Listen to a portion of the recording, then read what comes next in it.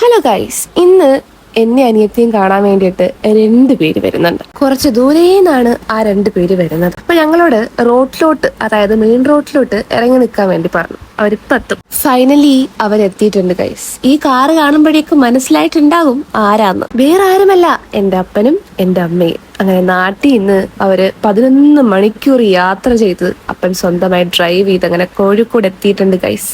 അപ്പൊ നമ്മളിനി ഞം കഴിക്കാൻ വേണ്ടി പോട്ടെ. കോഴിക്കോട് KSRTC ബസ് സ്റ്റാൻഡിന് ഓപ്പോസിറ്റിലുള്ള സത്താരയിലാണ് ഗൈസ് ഞങ്ങൾ കഴിക്കാൻ വേണ്ടി വന്നത്. എന്റെ പൊന്ന് ഗൈസ്, ഇവിടെ വൻ തിരക്കായിരുന്നു. ഇതിന്റെ അകത്ത് കയറുമ്പോ തന്നെ നല്ല കോഫിയുടെ സ്മെല്ല് ഉണ്ടാവും. അതുപോലെ നമുക്ക് ഇവിടെ ലൈവായിട്ട് കാണാൻ പറ്റും എന്തൊക്കെയാണ് അവർ ചെയ്യുന്നതെന്നൊക്കെ. അതാണ് എനിക്ക് ഏറ്റവും ഇഷ്ടപ്പെട്ട ഒരു സംഭവം. അങ്ങനെ ഞങ്ങൾ ഓർഡർ ചെയ്ത ഫുഡൊക്കെ കിട്ടിയിട്ടുണ്ട്. ഞാൻ ഗീ പൊടി ഇഡ്ഡലിയാണ് ഗൈസ് ഓർഡർ ചെയ്തത്. അവിടുത്തെ ഗീ പൊടി ഇഡ്ഡലി സൂപ്പറാണ്, അടിപൊളിയാണ്.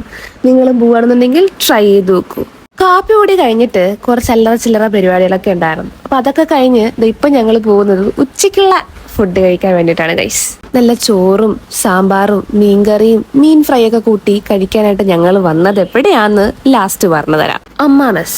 കോഴിക്കോടുകാർക്ക് ഞാൻ പ്രത്യേകിച്ച് പറയണ്ടല്ലോ ഇവിടുത്തെ ഫുഡിന്റെ ആ ഒരു ടേസ്റ്റ്. ഫുഡ് കഴിച്ചു കഴിഞ്ഞ് ചെറിയൊരു മയക്കമൊക്കെ കഴിഞ്ഞിട്ട് ഞങ്ങളിതാ വണ്ടി എടുത്ത് നേരെ പോകുന്നത് ഹൈലൈറ്റ് മാളിലേക്കാണ്. വീക്കെൻഡ് ആയതുകൊണ്ടാണോന്ന് അറിയില്ല, നല്ല തിരക്കുണ്ടായിരുന്നു. ഈ ഒരു ഐറ്റം പറയാതിരിക്കാൻ വയ്യ, അടിപൊളി ടേസ്റ്റ് ആണ്. സൈലബാനിലെ ചീസ് ബോംബ്. എങ്ങനെയുണ്ട് ഗൈസ് എന്റെ ക്രിയേറ്റിവിറ്റി?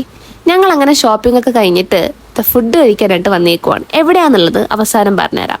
ഈ ഒരു സ്ഥലത്തിലെ മെയിൻ ഐറ്റം എന്ന് പറഞ്ഞത് ഷവായി ആണ്. സ്ഥലം വേറെ എവിടെയല്ല, അശോകപുരത്തുള്ള TNT. അപ്പൊ ഫുഡ് കടിയൊക്കെ കഴിഞ്ഞു. അപ്പൊ ഞങ്ങൾ വേഗം റൂമിൽ ചെന്നിട്ടൊന്ന് ഉറങ്ങട്ടെ ഗൈസ്. അപ്പൊ ശരി, നാളെ കാണാം. ബൈ.